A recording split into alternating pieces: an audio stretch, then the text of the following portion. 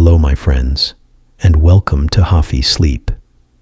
Whether you're here to relax, to unwind after a long day, or to drift off into a peaceful slumber, we're so glad to have you with us. Find a comfortable position. Just let your eyes gently rest on the screen and allow your mind to wander among the stars with us tonight. Because tonight, we're going on a journey 250,000 miles away, without ever leaving our beds. We're going to unravel one of the night sky's most beautiful mysteries, a celestial event that has captivated dreamers and scientists for millennia. This is the story of the lunar eclipse. We'll explore why the moon sometimes slowly dims and transforms into a haunting coppery red orb, what ancient civilizations thought was happening when they saw it, and the incredible cosmic coincidence that lets us predict this event with perfect accuracy. It's a tale of sunlight, shadow, and the silent dance between the Earth, the moon, and the sun. And as we embark on this cosmic voyage together, we'd love to feel connected to you, our community of stargazers and dreamers. If you're enjoying this journey, please consider supporting our channel by hitting that subscribe button and giving this video a like. It truly helps us create more content to help you relax and explore the universe. We're always curious about where in the world our community is dreaming from. So, if you feel like it, drop a comment down below and tell us two things: your location on this beautiful planet and the time it is for you right now. Are you watching from a bustling city as the evening settles in, or from a quiet town in the deep of the night? It's always wonderful to imagine all of us, all around the globe, sharing this moment of wonder together. Now just let your breathing slow, and let's begin our journey to the moon. Imagine, for a moment, you're standing outside on a perfectly clear night. The moon is full, a brilliant silver coin pinned to the velvety black sky. It's bathing the world in a soft, ghostly light. You're admiring it, thinking how constant it is, how it's been there every night of your life, following its familiar path. Then, you notice something strange. A tiny, dark smudge appears on the left edge of the moon, as if a giant, invisible thumb has taken a swipe at it. You blink, thinking it's a trick of the eye, but the smudge is growing. Slowly, inexorably, a curved shadow begins to creep across the moon's face, swallowing its light bite by bite. The familiar features of the man in the moon begin to vanish. The night grows darker around you. A deep, coppery red begins to stain the shadowed part, until what's left in the sky is no longer a brilliant silver disk, but a dark, blood-orange orb hanging ominously in the heavens. What you are witnessing is one of the most dramatic, yet perfectly peaceful spectacles nature has to offer: a total lunar eclipse. It's a celestial ballet that has inspired awe, fear, and wonder for as long as humans have walked the earth. But what is really happening up there? What causes this magnificent shadow play? And does this event, happening nearly 250,000 miles away, have any effect on us down here on our little blue planet? The story of a lunar eclipse is a story of cosmic alignments, of sunlight and shadow, and of our place in the solar system. It's a tale written in geometry and light, and to understand it, we need to start with the main characters in this drama: the sun, the earth, and the moon. Our stage is the solar system. At the center of it all, we have our brilliant star, the sun, the ultimate source of light for our corner of the universe. Now, let's just take a second to appreciate the sun. It's not just a light bulb in the sky. It's a gigantic, roiling ball of superheated gas, a nuclear furnace that has been burning for billions of years. Every bit of light and warmth we have comes from it. It's the engine of our entire system. Circling the sun is our home, planet Earth. We're the third rock from the sun, orbiting at just the right distance for life to flourish. And circling Earth is our constant companion, the moon. The moon is a fascinating world in its own right, a rocky sphere about a quarter the size of Earth, pockmarked with craters and covered in a fine, dusty powder called regolith. It's a desolate place, airless and silent. But from our vantage point, it's a beautiful beacon in the night. Now, here's a fundamental truth about our cosmic neighborhood. Every single object that is solid, like the Earth and the moon, casts a shadow when light shines on it. You see this every day. When you step outside on a sunny afternoon and look down, you see your own shadow trailing behind you.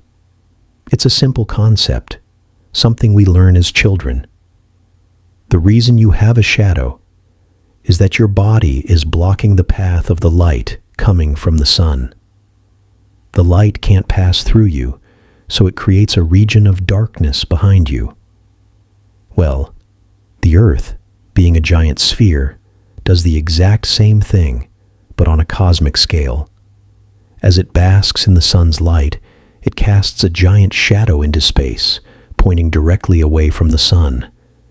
This shadow isn't just a little dark patch on the ground, it's a vast, cone-shaped region of darkness that stretches out over 1,000,000 miles behind the planet. Think of it like this. If you could get behind the Earth and look back towards the sun, the Earth would completely blot it out. You'd be standing in its shadow. We have a special name for this long, pointing shadow. We call it the umbra. It's a word from Latin meaning shadow. The umbra is the deepest, darkest part of the shadow, the core of it. It's the region where the Earth completely blocks all direct sunlight from reaching. If you were an astronaut floating in the umbra, you would see a total solar eclipse, with the Earth covering the sun entirely. But just like your own shadow on a sunny day has a fuzzy, less dark edge, so does Earth's shadow. Your shadow isn't razor sharp. There's a gray area around the dark center where only some of the light is blocked. This fuzzy outer shadow has a name too.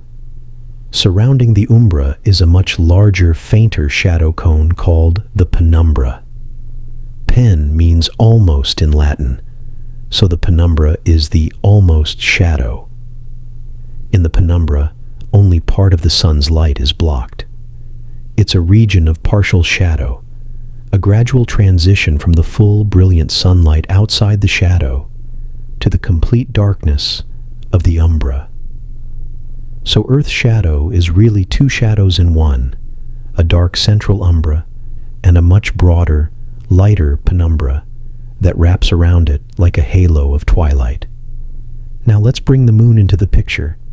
This is where the magic starts to happen. The moon, unlike the sun, doesn't produce its own light. It's not a star. We see it because it acts like a giant mirror in the sky, reflecting the light of the sun. It's sunlight that makes the moon shine. As the moon travels on its month-long journey around the Earth, we see different portions of its sunlit side. This changing view gives us the familiar phases of the moon.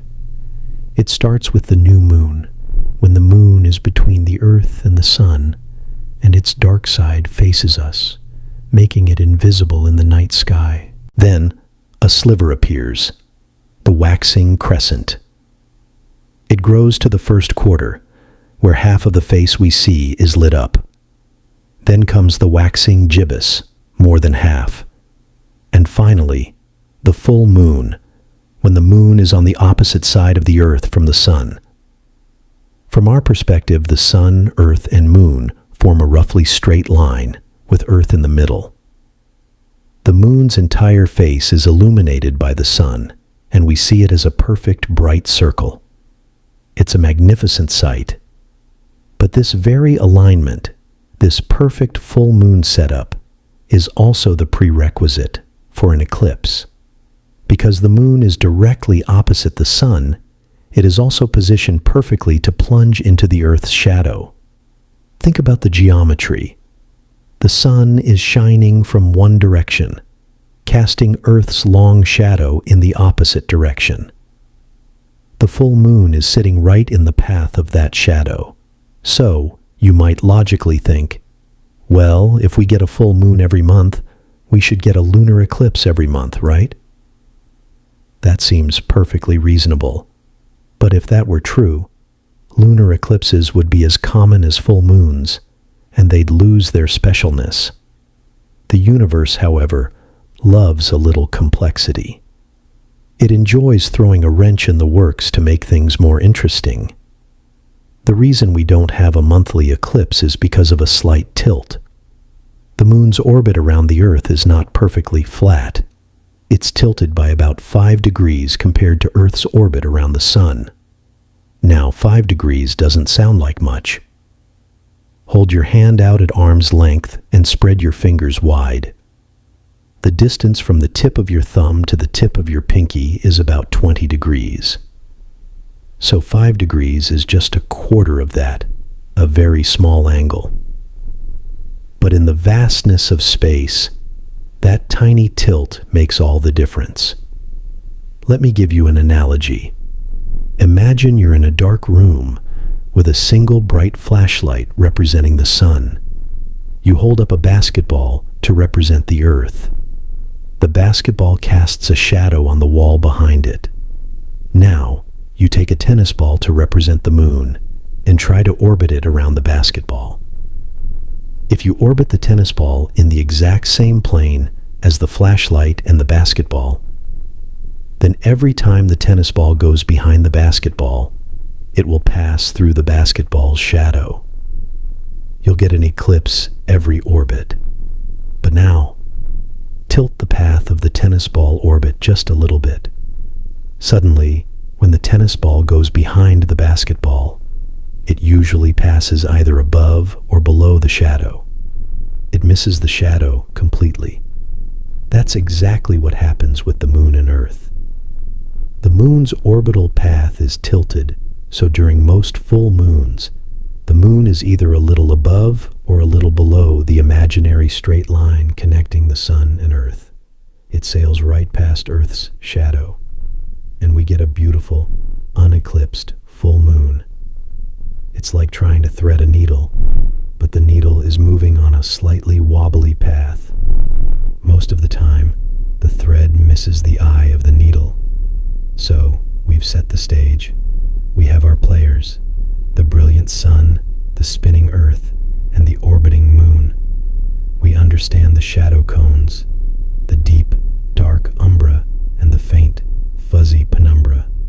And we've grasped the key to the whole mystery, that 5-degree tilt that usually makes the moon a shy dancer, skipping over or under the shadow most months. But then, 2 to 5 times a year, the cosmic clockwork clicks into a perfect configuration. The full moon occurs at just the right spot, the node where its path intersects Earth's orbital plane.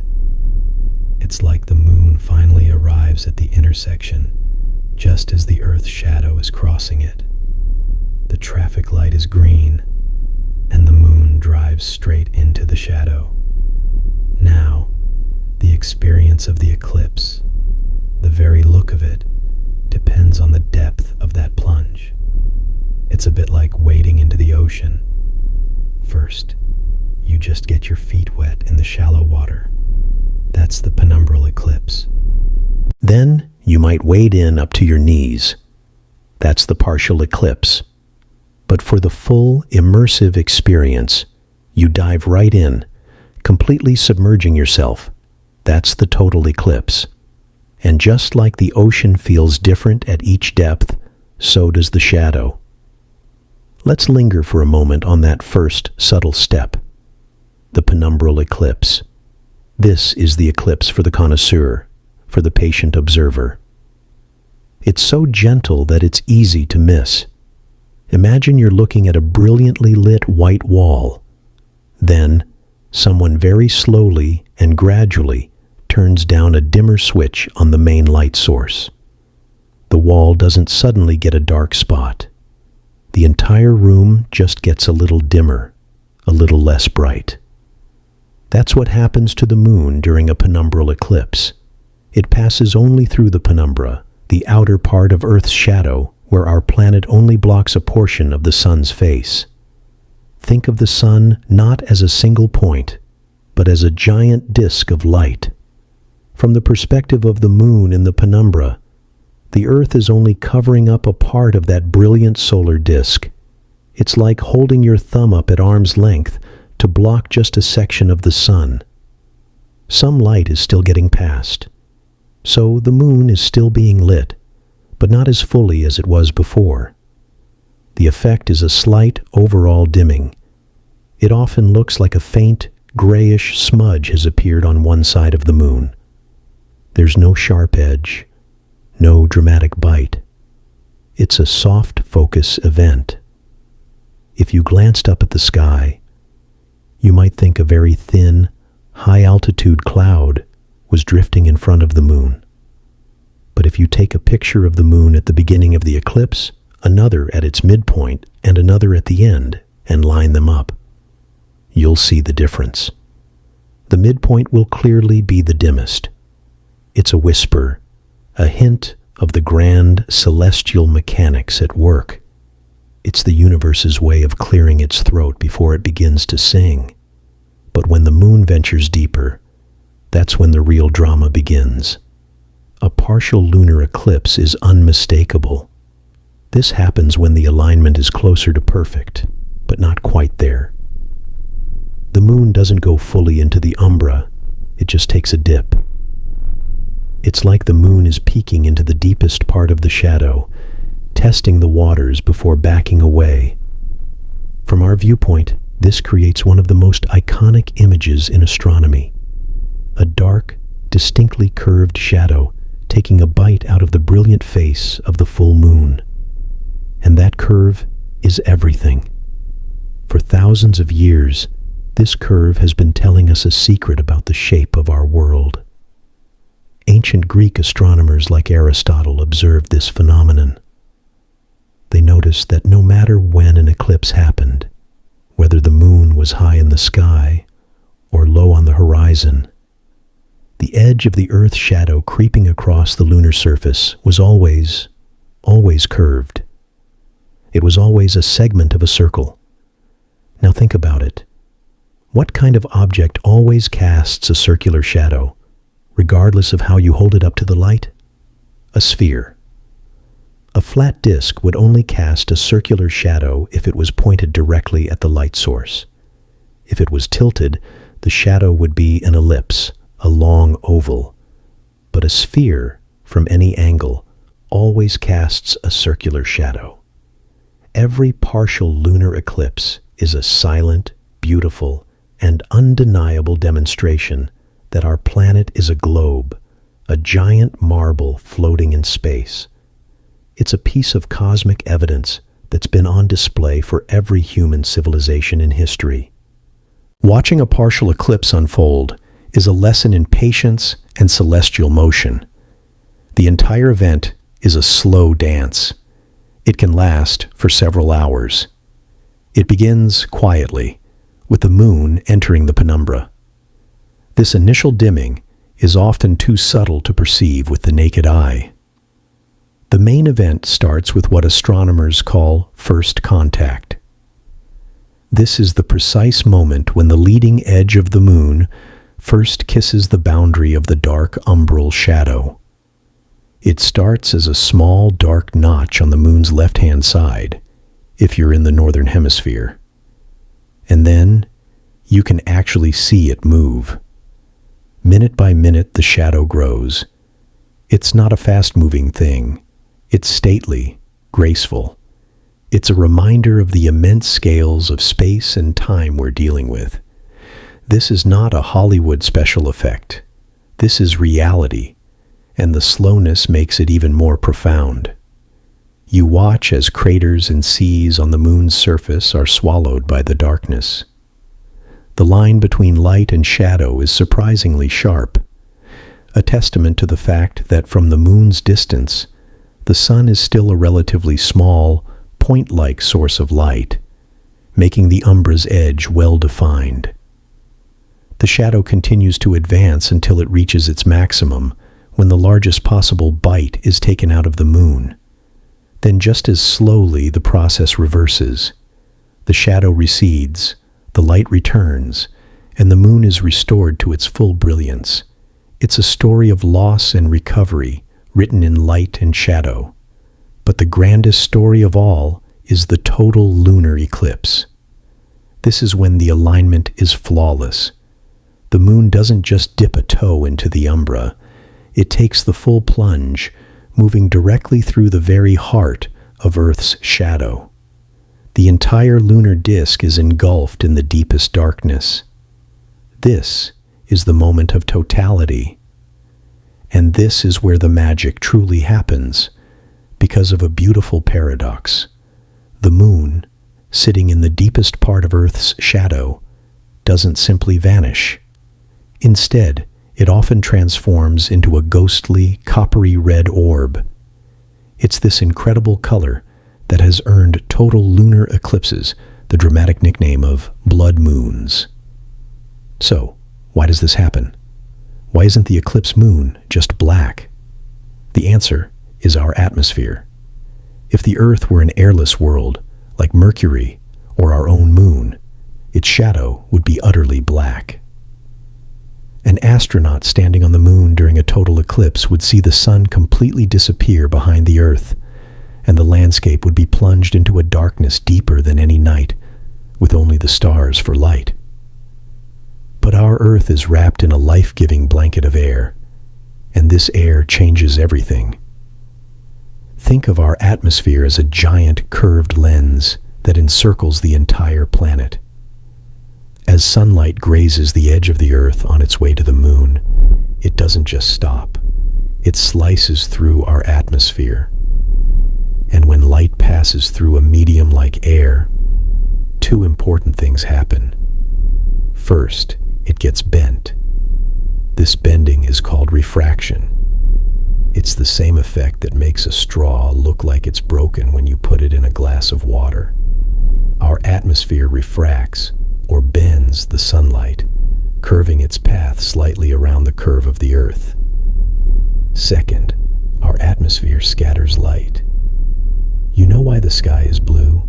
It's because the tiny molecules of nitrogen and oxygen in our air are very good at scattering the short wavelengths of light, the blues and violets, in all directions. That's why we see blue light coming from every part of the sky. But the longer wavelengths of light, the reds and oranges, aren't scattered as easily. They tend to punch straight through the atmosphere. So combine these two effects.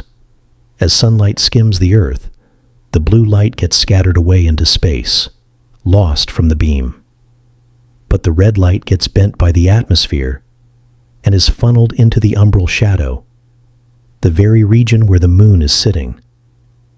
It's as if the moon is being illuminated by the light of every single sunrise and every single sunset happening all around the Earth at that very moment.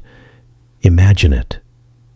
All the dawns and dusks across the entire globe, from the beaches of California to the plains of Africa to the mountains of Japan, their collective reddened light is projected onto the lunar surface. The moon is bathed in the reflected glow of our own planet's sunrises and sunsets. It's a truly breathtaking thought. We are seeing our own world's light, filtered and softened by our air, painting the moon a dusky red. The color of the eclipsed moon is never the same twice. It's a direct report on the health and clarity of Earth's upper atmosphere. If the atmosphere is clear, with little dust or pollution, the eclipse can be a brilliant, bright copper or even orange. If there's been a recent major volcanic eruption that has injected huge amounts of sulfate, aerosols, and dust into the stratosphere, These particles can block and absorb even the red light, leading to a very dark eclipse where the moon might almost disappear, appearing as a faint, smoky gray or a dark burgundy. After massive eruptions like Mount Pinatubo in 1991, eclipses were notably dark for years. So by simply looking at the color of the moon during totality, you are, in a way, taking the pulse of your own planet. Astronomers formalize this with the Danjon scale, a simple 0 to 4 rating system for eclipse brightness.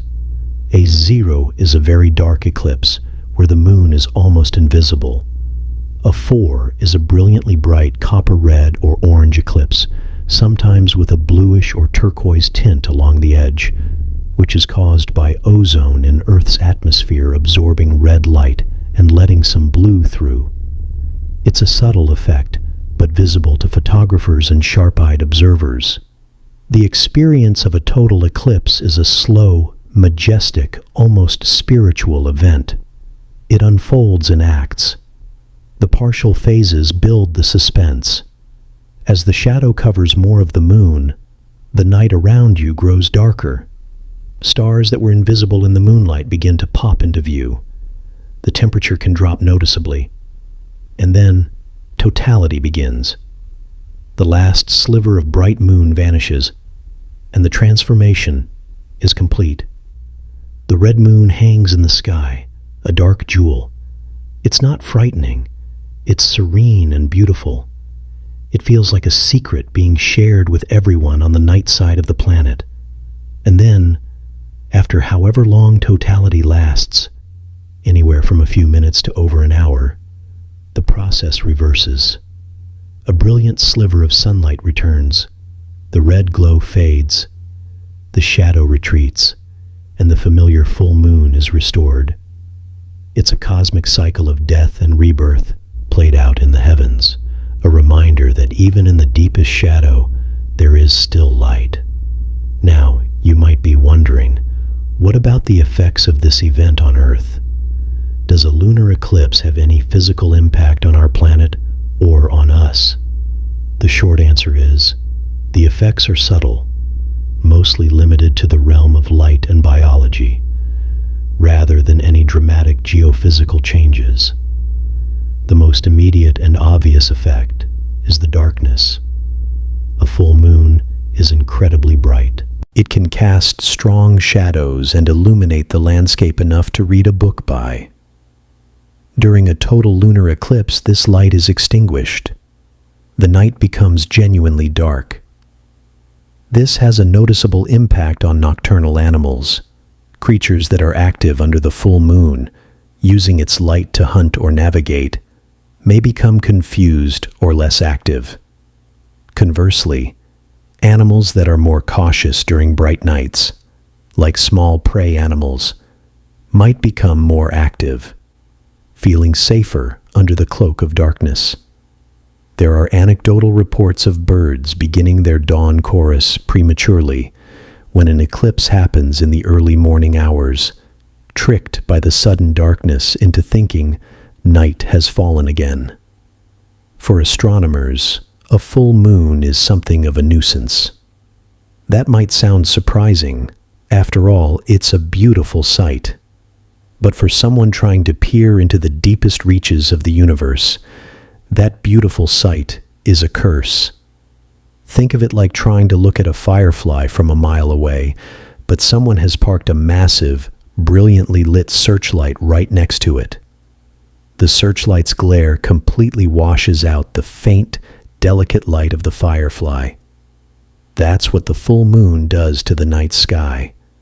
Its intense light acts as a form of light pollution, a natural one, but pollution nonetheless. It scatters in our own atmosphere, creating a bright, glowing background that drowns out the faint, fuzzy smudges that are distant galaxies, the wispy glow of nebulae where stars are born, and the vast majority of stars themselves. For about a week around the full moon, serious deep sky astronomy, the kind that explores the universe beyond our solar system, grinds to a halt. But a total lunar eclipse, especially during the peak of totality, throws a switch. That overpowering searchlight is turned off. Suddenly, with the moon dimmed to a faint red ember, the sky returns to its natural darkness. For that precious hour or so, the stars come out to play in earnest. For an astronomer, this is a golden opportunity. It's a chance to observe and photograph those faint, deep sky objects that are normally impossible to see during the full moon phase.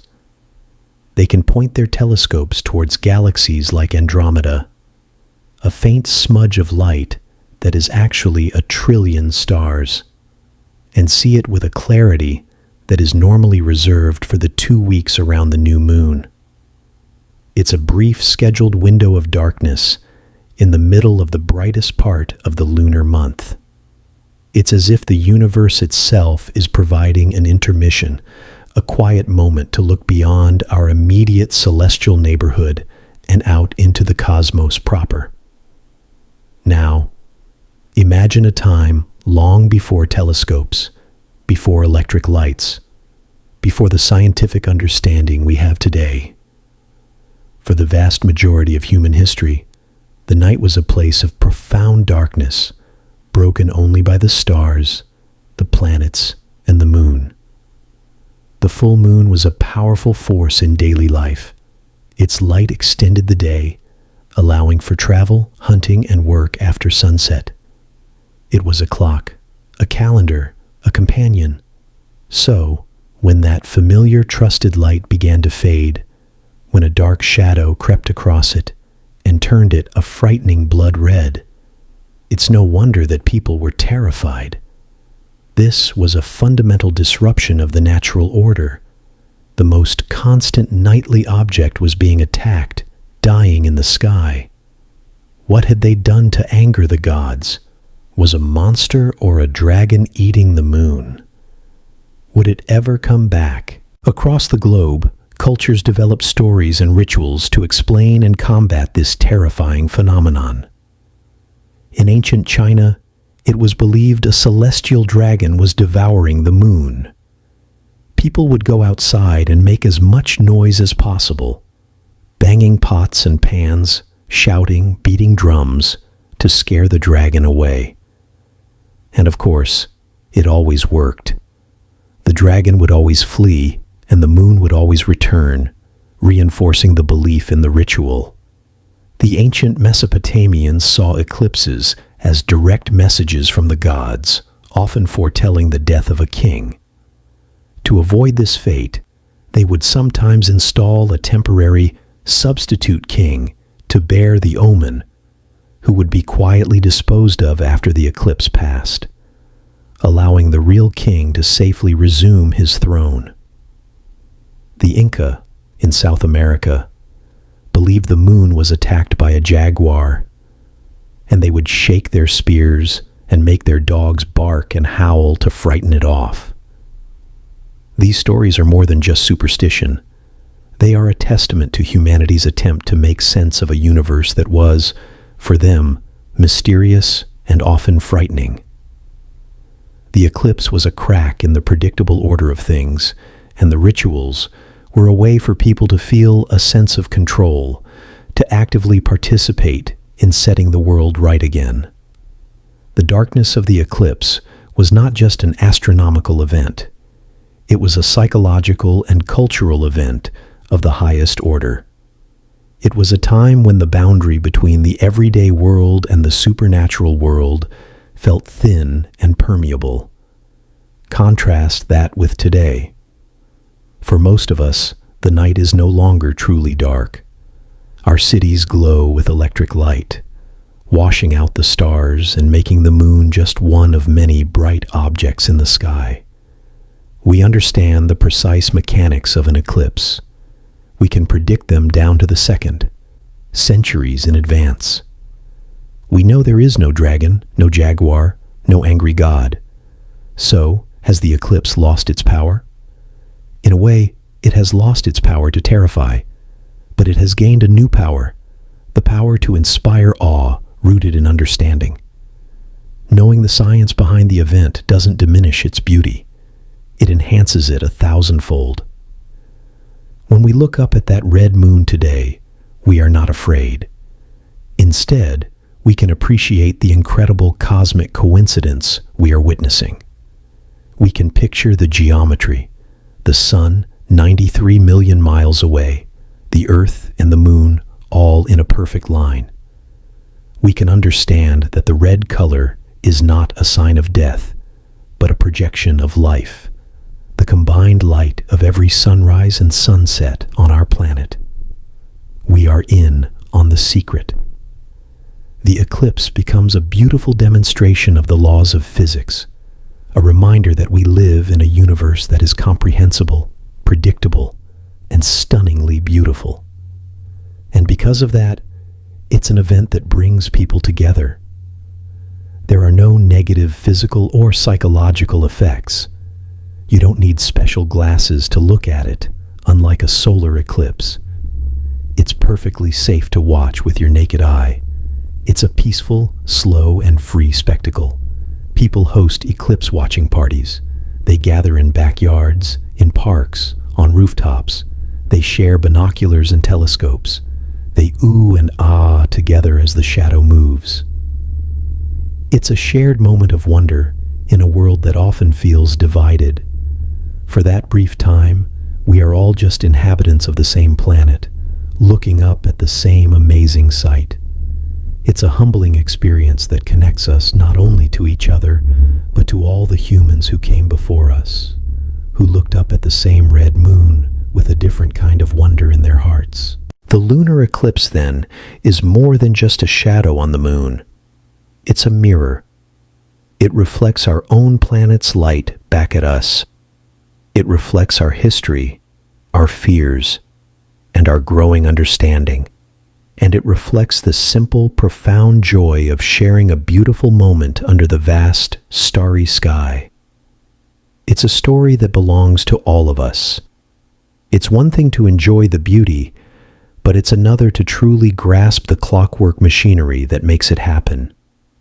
To do that, we need to delve a little deeper into the numbers, into the fine details that turn this from a happy accident into a predictable masterpiece.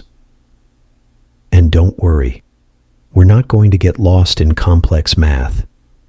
We're going to explore these ideas with the same sense of wonder, because the numbers themselves tell a story that's just as fascinating as the visual spectacle. Let's start with the moon's orbit. We've been talking about it as if it's a perfect circle, but nature rarely deals in perfect circles. The moon's path around our planet is actually slightly elliptical. Now, elliptical is just a fancy word for oval-shaped. Imagine you have a circle drawn on a piece of paper. Now gently pull on two opposite sides of that circle. It stretches a little, becoming wider than it is tall. That's an ellipse. It's not a squiggle or a weird shape. It's a very smooth, symmetrical oval. And this slight oval shape of the moon's orbit means that the moon isn't always the same distance from Earth.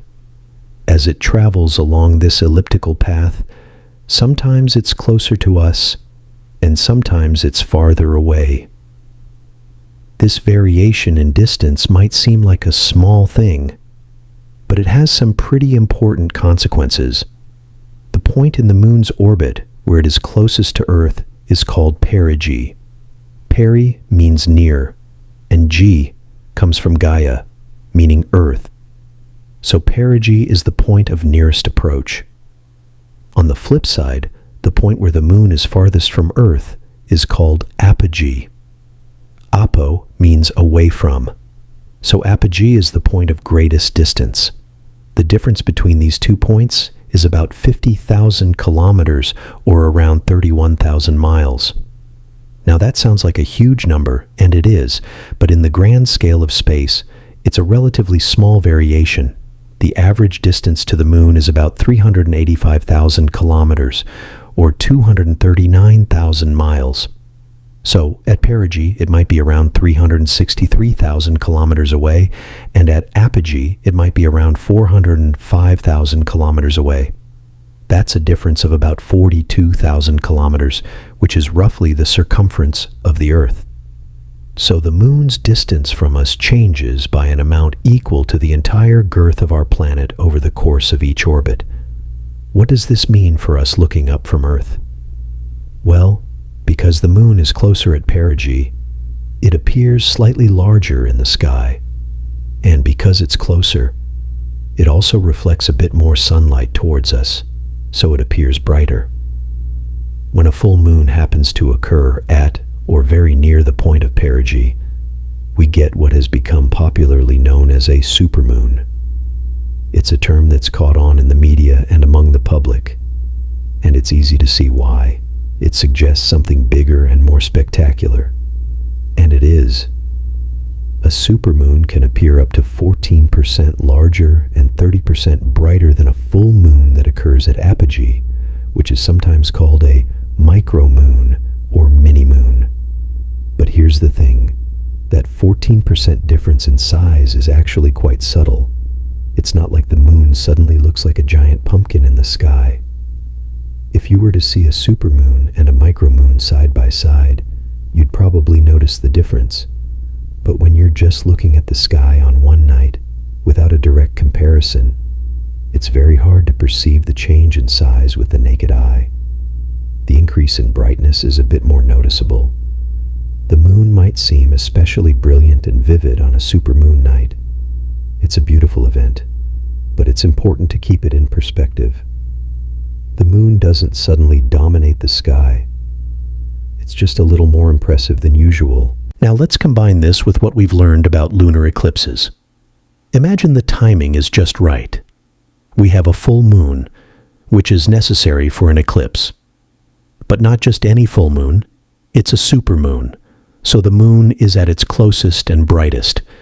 And on top of that, this full supermoon is occurring at a node, meaning it's perfectly aligned to pass through Earth's shadow. So we get a total lunar eclipse during a supermoon. This combination has been dubbed a super blood moon. It's a name that really captures the imagination. Super for the larger size, and blood moon for the red color during totality. It's a striking combination, and when it happens, it tends to get a lot of attention in the news and on social media. But is it really that different from a regular total lunar eclipse? The answer is, not dramatically. The main spectacle is still the eclipse itself, the slow creep of the shadow, the transformation into a red orb. The super part just means that the red orb might be a tiny bit larger and brighter than it would be if the eclipse happened when the moon was farther away. However, because the moon is deeper within Earth's shadow during totality, the brightness difference might be less noticeable. The color and darkness of the eclipse are still primarily determined by the conditions in Earth's atmosphere. So, while a super blood moon is a special event because it combines two relatively rare phenomena, the experience of watching it isn't radically different from watching any other total lunar eclipse. It's like having a delicious cake with a little extra frosting. It's still the same cake, but that extra touch makes it feel a bit more celebratory. Now this brings us to one of the most amazing aspects of eclipses, their predictability. The timing of every single phase of an eclipse can be calculated with incredible accuracy. When we talk about the contacts, we're referring to the key moments of the eclipse. First contact is when the moon first touches the umbra, the dark central shadow. This is when we first see that distinct bite taken out of the moon. Then second contact is when the moon is completely engulfed by the umbra, marking the beginning of totality. Third contact is when the moon starts to leave the umbra, ending totality. And fourth contact is when it fully exits the umbra. These moments can be predicted not just for the next eclipse, but for eclipses hundreds, even thousands of years in the past and future. How is this possible? It's a triumph of human curiosity and intelligence, built on centuries of observation and the development of our understanding of gravity and orbital mechanics. Let's rewind the clock a bit. Ancient civilizations, like the Babylonians and the Greeks, were keen observers of the sky. They noticed patterns. They kept meticulous records of when eclipses occurred. The Babylonians, in particular, discovered a cycle called the Saros cycle. They noticed that eclipses repeat themselves in a pattern approximately every 18 years, 11 days, and 8 hours. This cycle happens because after this period, the Sun, Earth, and Moon return to almost the same relative positions. It's like the hands of a clock lining up again after a certain number of ticks. This allowed them to predict eclipses with a fair degree of accuracy, even without understanding the underlying physics. But today, we have a much deeper understanding. It all comes down to the work of brilliant minds like Johannes Kepler and Isaac Newton. For thousands of years, the dominant idea about the heavens, thanks largely to the ancient Greek philosopher Aristotle, was that the cosmos was a place of perfect, unchanging order. And what shape was more perfect than a circle? The circle was seen as divine, without beginning or end. Therefore, it made sense that the planets, the sun, and the moon must move in perfect circular paths around the Earth. This idea was polished and refined by Ptolemy, another Greek thinker, who created an incredibly complex model of the universe with circles within circles called epicycles to explain the occasional weird backward loops or retrograde motion that planets like Mars seem to trace in the sky. This Earth-centered circle-based model held sway for over 1,000 years. It felt right. It fit with a philosophical view of a perfect universe. But there was a problem. As observations became more precise, the perfect circles just didn't quite match up. The planets would sometimes be a little ahead of schedule, sometimes a little behind. The model was like a slightly off-key instrument. It was close, but not quite perfect. Enter our first character, Tycho Brahe. Imagine a man of immense wealth and even larger ego, living on his own private island observatory in the late 1500s. Tycho was not a theorist. He was a master observer. He was the greatest naked-eye astronomer who ever lived, because the telescope hadn't been invented yet. He designed and built gigantic brass instruments, quadrants and sextants as big as room, to measure the positions of the stars and planets with unprecedented accuracy. He was obsessed with data. Night after night, for decades, he and his team of assistants meticulously recorded the motions of the heavens. His measurements were so precise that they were accurate to within about 1 arc minute. That's like being able to see a coin from several miles away. This was a treasure trove of information, a mountain of raw data about the actual positions of the planets. Tycho himself believed in a sort of hybrid model, where the planets orbited the sun, but the sun orbited the Earth.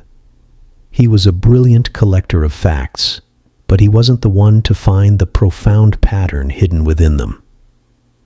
That task fell to our second character, Johannes Kepler.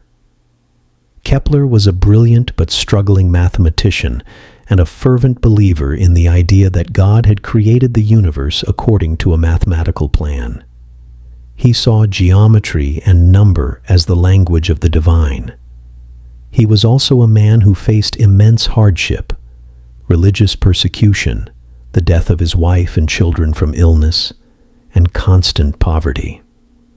He was hired by Tycho Brahe, somewhat reluctantly on both sides, to take Tycho's legendary data and use it to prove Tycho's own model of the universe. It was an uneasy partnership. Tycho guarded his data jealously, perhaps sensing that Kepler's mathematical genius might see things he himself had missed. Their collaboration was short-lived. Tycho Brahe died under mysterious circumstances just over a year after Kepler joined him. But on his deathbed, Tycho essentially bequeathed his life's work to Kepler, urging him to use the data to create new, accurate astronomical tables. So, Kepler inherited this priceless, precise data set. He rolled up his sleeves and got to work.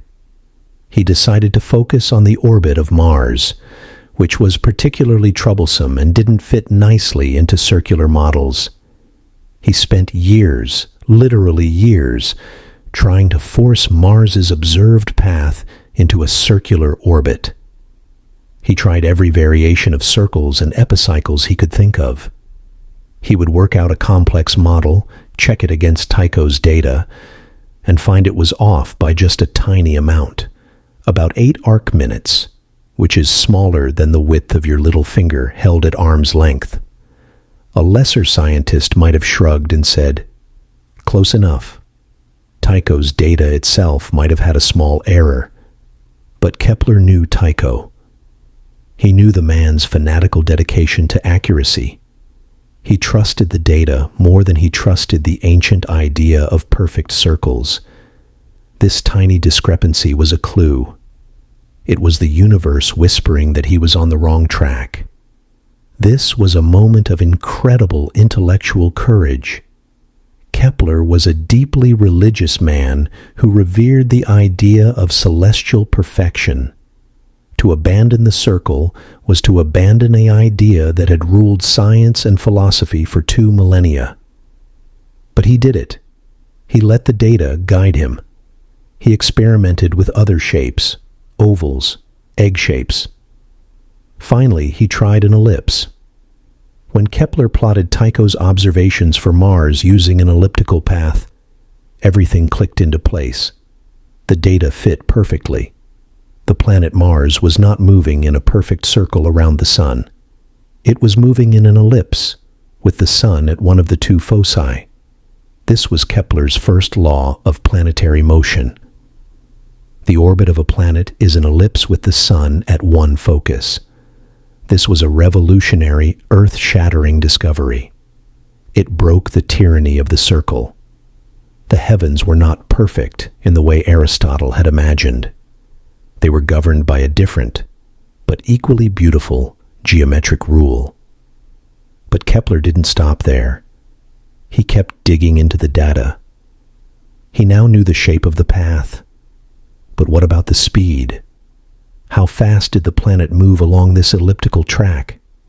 The old models had assumed uniform speed, but the data showed that wasn't true.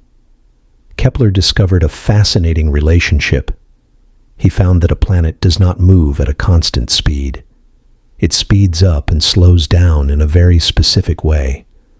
When the planet is closest to the Sun, a point called perihelion, it moves fastest. When it is farthest from the Sun, at aphelion, it moves slowest. But how much faster? How much slower? Kepler found a brilliant way to describe it.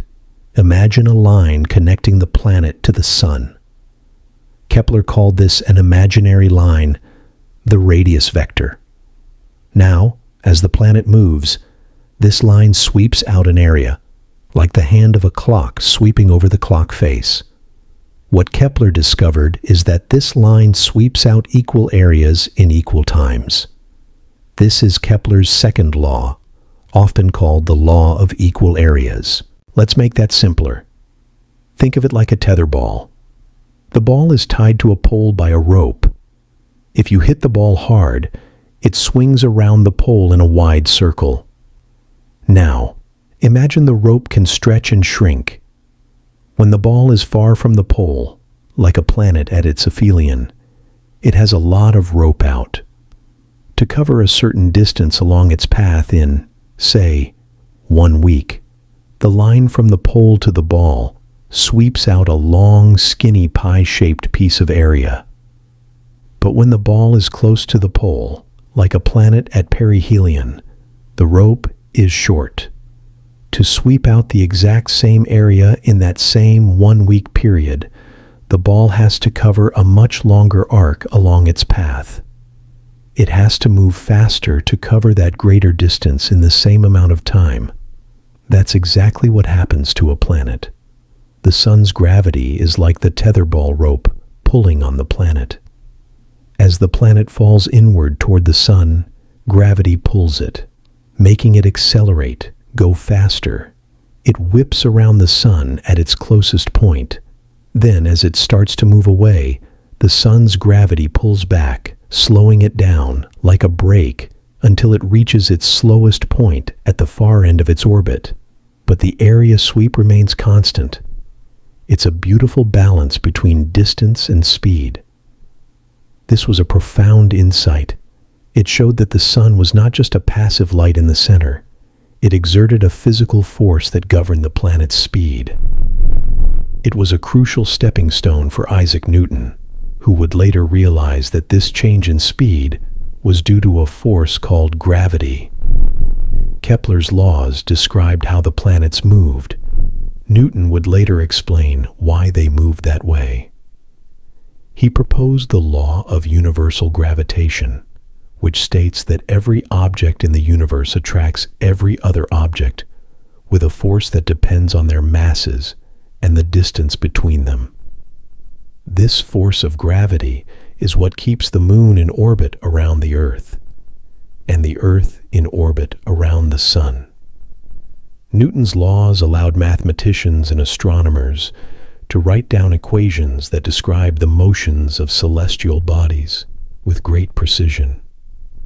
The moon's orbit is complex because it's not just influenced by Earth's gravity. The sun's gravity also tugs on it, causing slight perturbations. Over time, these perturbations add up, making the moon's orbit wobble slightly. But because we understand the laws of gravity, we can account for these wobbles. Using powerful computers, we can calculate the positions of the Earth, Moon, and Sun for any point in time, past or future. We can model the exact shape of Earth's shadow and determine when the Moon will pass through it. This predictability is a testament to the orderliness of the universe. The cosmos isn't chaotic. It operates according to rules that we can discover and understand. When we look up at an eclipse, we're not just seeing a random event. We're witnessing a performance that has been scheduled for millions of years. The light from the sun, the shadow of the Earth, the path of the moon, all of these are moving parts in a giant cosmic machine that follows the laws of physics. And we, with our small brains on this tiny planet, have figured out how to read the schedule. This understanding also allows us to appreciate the history of eclipses. We can look back in time and know exactly when eclipses occurred. For example, we know that a total lunar eclipse occurred on the night of January 27th, 632 AD, and it was likely observed by people across Europe and Asia. We can calculate the eclipse that happened during the Battle of Waterloo, or the one that might have been seen by Julius Caesar. This connection to history adds another layer of richness to the experience. When we watch an eclipse, we are participating in a tradition that spans all of human history. We are seeing the same phenomenon that frightened, amazed, and inspired our ancestors. In the end, the story of the lunar eclipse is a story of cycles and precision. The elliptical orbit, the supermoons, the predictable contacts, they all point to a universe that is dynamic yet orderly. The moon's changing distance reminds us that nothing in space is static. Everything is in motion, constantly shifting and changing. But within that motion, there is a rhythm, a pattern that we can rely on. The superblood moon is a special highlight in that rhythm, a moment when several cycles align to create a particularly memorable event. But whether it's a supermoon eclipse or a regular one, the awe it inspires is the same. It's a reminder that we are part of a vast, interconnected system. a system that we are lucky enough to understand and appreciate. So, the next time you hear about an eclipse, whether it's a super blood moon or not, take a moment to go outside and look up. You'll be witnessing a piece of cosmic clockwork, a dance of shadows and light that has been performing for eons and will continue for eons to come. So, the next time you hear that a lunar eclipse is going to happen, make a plan to go outside and watch. Find a comfortable spot with a good view of the sky, maybe with some friends or family. Bring a chair, a warm drink, and just watch the slow, graceful dance of the shadows. As you see that coppery globe hanging in the sky, remember what you're really seeing: a projection of every sunrise and sunset on our planet, a demonstration of our world's roundness, and a perfect alignment in the grand solar system we call home. It's a connection to the cosmos, a reminder that we are part of a much larger system, governed by beautiful, predictable laws. It's a story of light and shadow, written across the sky, waiting for anyone to look up and read it. And that, from the first hint of a shadow to the final return of the light, is the captivating story of a lunar eclipse. It's a celestial phenomenon that connects us to the past, grounds us in the present, and points to the predictable wonders of the future.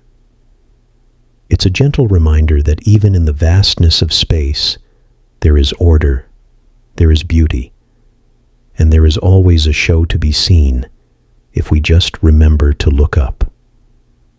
Good night. Have a deep, calm sleep.